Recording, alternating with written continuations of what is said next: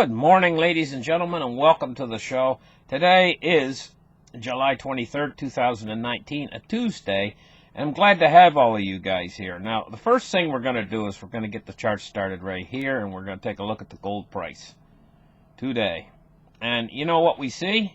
We see the gold price easing upwards. This is against a headwind. The dollar today is rising. We got a rising gold price. It started today down here. It was below 14.15. Right now, it's up to 14.24 ask. You can see this price rise. Now the price is settling down a little bit. It's dropping a little bit. But this is very unusual for the gold to move in defiance of the dollar. Take a quick look at the dollar today. Right here, and I'll show you what I mean. You can see the dollar's been moving steadily upwards today, 97.62. So gold's moving against the dollar. Let's take a look at the silver price today. And the silver price is zoomed upwards, 1643, 1654 ask. Silver's doing rather well. You know, silver is kind of... It's not really, the gold to silver ratio isn't really changed that much yet, but we see movements in silver a little bit stronger than the movements in gold. This is a good sign. I think we're starting to head into let's put it this way, we're moving toward the upcoming bull market in gold and silver, and it's going to be a long bull market. I think it's going to start extremely slowly. This is how it's going to start, and this is how we see it starting. Extremely slowly, but you know, in time, give it time, we're going to see this movement upwards accelerate its pace. You know, it starts out slowly, but later it's going to accelerate its pace, and it's going to be a long bull market. And later, as we go on, we're going to see it move up into shoot up to the moon later, but that's going to come later. First, it's just going to start slowly like it is now, insidiously gaining price just a little bit. But we have a recession coming, and that's going to affect the price of gold and silver. Let's take a look now at Bitcoin's price. And you know, an awful lot of people who are into Bitcoin are a little bit disappointed right now, and the reason why is we've been seeing this price action moving downwards. It's at 99.56 right now. Let me refresh the page.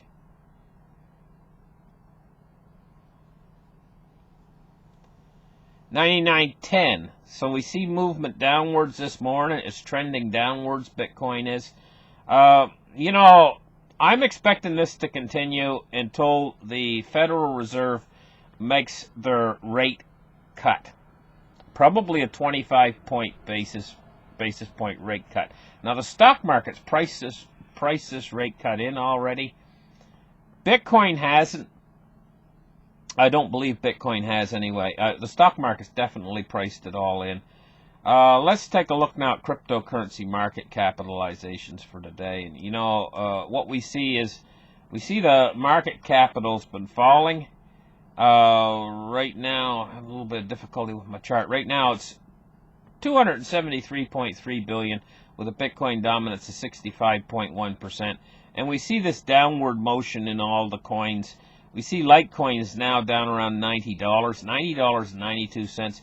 XRP's 31 cents. Ethereum's $211. Bitcoin Cash is $302.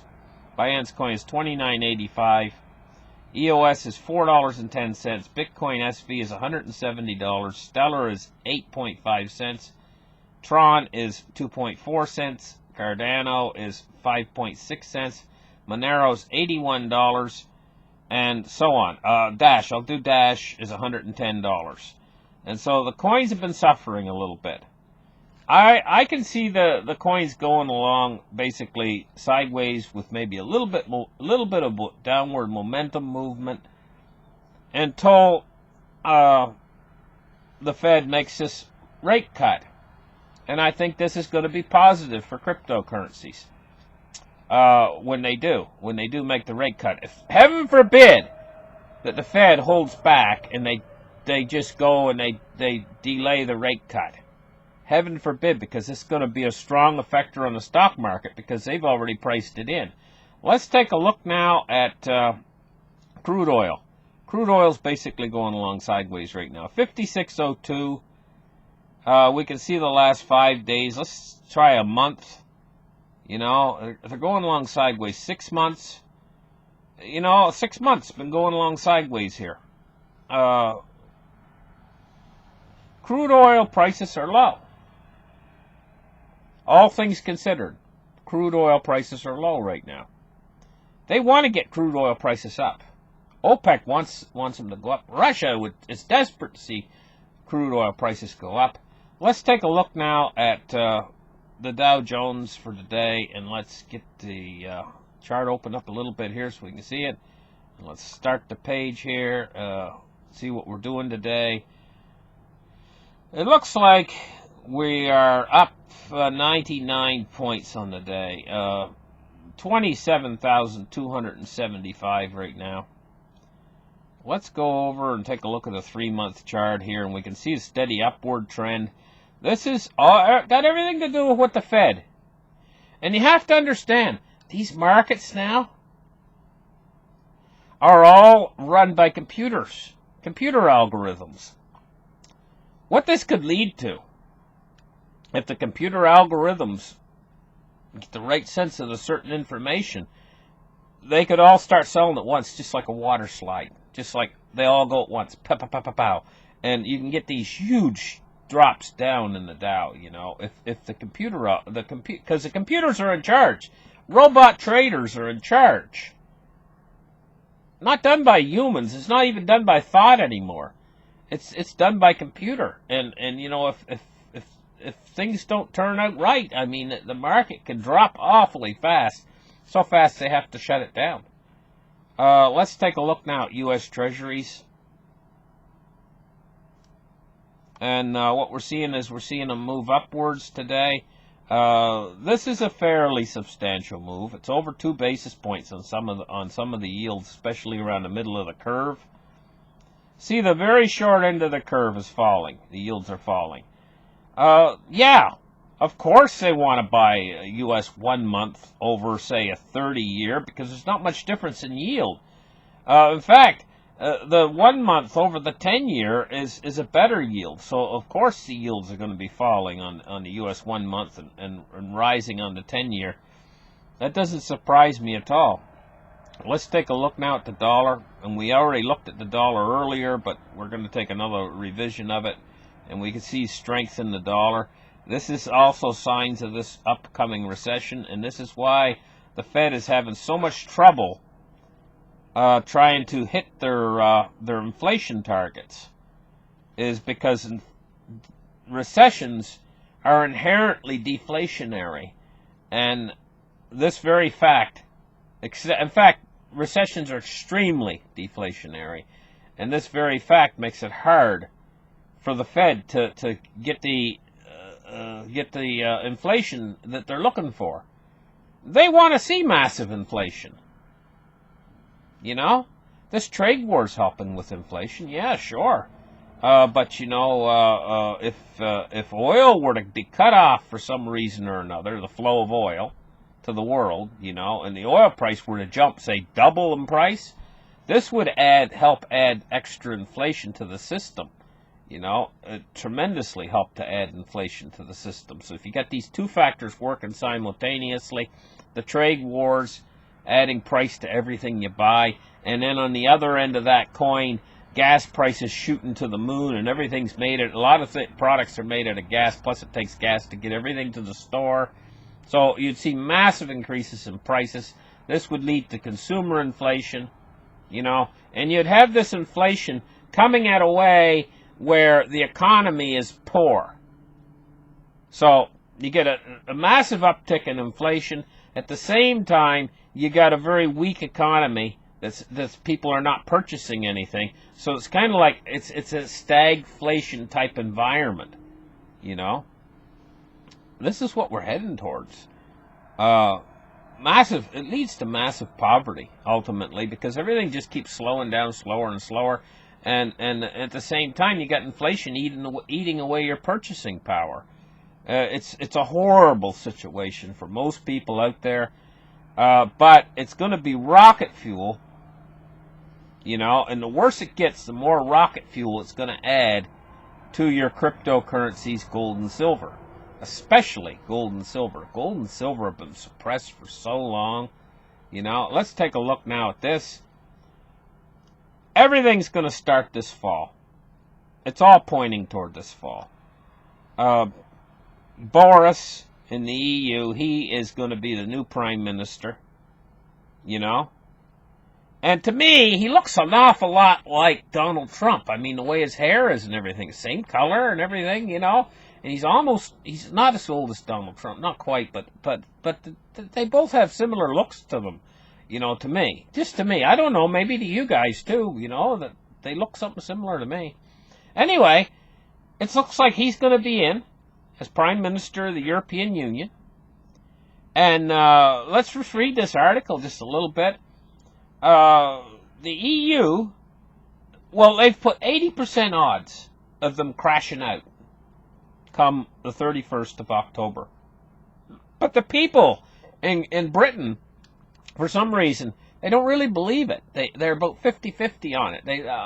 Probably nothing's going to happen. Probably less like last time. We're just going to get an extension, or maybe we will. It says about them, it calls them delusional remainers. It says Remainers, Labour, and Liberal Democrats are completely oblivious to the reality of what's happening in this situation. The reality is, Britain is going to leave the European Union on the 31st of October. And the reality is, it's awfully hard to get some sort of a deal. There's no cooperation here to get an actual deal done or passed. And the reality is that Parliament can't do much. Their hands are tied. It says all Parliament can do is practically nothing. Just putting it that way, practically nothing to stop everything from falling this way. And basically, it looks like they're going to crash out of the European Union on 31st of October. This is the world's 5th largest economy, guys. And right now, it hasn't been declared yet, but Britain's most likely in a recession, right? It's not declared yet, so it hasn't affected the financial system or anything yet. We're going to have pretty much the next quarter come in, and if the recession's going to be just about official by the time they're ready to crash out on the 31st of October. Bam, bing, bang, they're going to go into a massive, I'll call it a depression in Great Britain, and the rest of the world's on the edge. Germany. If Great Britain crashes into a recession, so's Germany. And I'm going to tell you what, Germany's just been barely keeping their head above recession. They're just barely. And do you know what a big economy Germany is? Along with, at the same time, I can see the whole thing disintegrating into, and this is if the German bank doesn't fail between now and then. But I'm going to show you something right now, real quick. Take a look at this. This is the German bank right now, today. This is their stock, and this is a 1-year chart of their stock. And you see this bottom right here? This bottom when they were down to 5.97 euro they were down to at their bottom, right? Now they're at 7.09 euro. They've come up a little bit. But you know what that's all about? Faith. People are having faith, investors are having faith in this plan that Deutsche Bank has of basically amputation. The bank is chopping pieces of the bank. Chunks of the bank are being disintegrated. Huge chunks of the bank. Now, is this going to make them more profitable? Is anybody stopping to think for a minute? No, it's not going to make them more profitable, but it's got to be proven. Right now, they're having faith. They're buying into this whole thing, and the stock prices went up a little bit. This is going to crash. This is going to crash, but it's going to take a few months. It's going to have to be proven that this whole thing that they're doing, Christian suing is doing, is not going to work. It's got to be proven it's not going to work. The bank's profitability is going to drop tremendously now that they've basically, I guess, 18,000 employees walking out the door. What do you think that's going to do to the bank? Make them more profitable? No, it's just they're on their way down. Now, if Deutsche Bank can hold it together for the next few months until around October, then it's going to be proven that they can't make it. It's going to take until about October, again, coming into that October time frame, where Deutsche Bank's going to slide off the cliff into oblivion. You know? So this is what we got to look forward to. Get your financial house in order before this fall. It means your dollar-denominated investments that have counterparty risk. Think about counterparty risk right now. Even if you buy gold and silver and you buy the paper derivatives product, you're buying counterparty risk. You've got to start thinking about counterparty risk. All dollar-denominated assets all contain counterparty risk. If this system locks up, it means basically good luck with that if you've got counterparty risk. What doesn't have counterparty risk is when you're holding your hand out and you've got a big round silver coin in your hand, laying in the center of your hand, and you own it and you fold your fist around it. That belongs to you and there's no counterparty risk. Nobody's going to be able to take it away from you because there's counterparty risk. Got to start thinking about counterparty risk, people. And you got to get your house in order before this fall. Because I'm going to tell you what, this system has been a long time collapsing. It's been the slowest collapse probably in history. I mean, it's year after year. It just keeps stumbling along. But now they're coming into problems that they can't surmount very soon. Now, listen, thank you guys for listening to this show. Like and subscribe, and we'll catch you again very, very soon. Bye-bye, guys.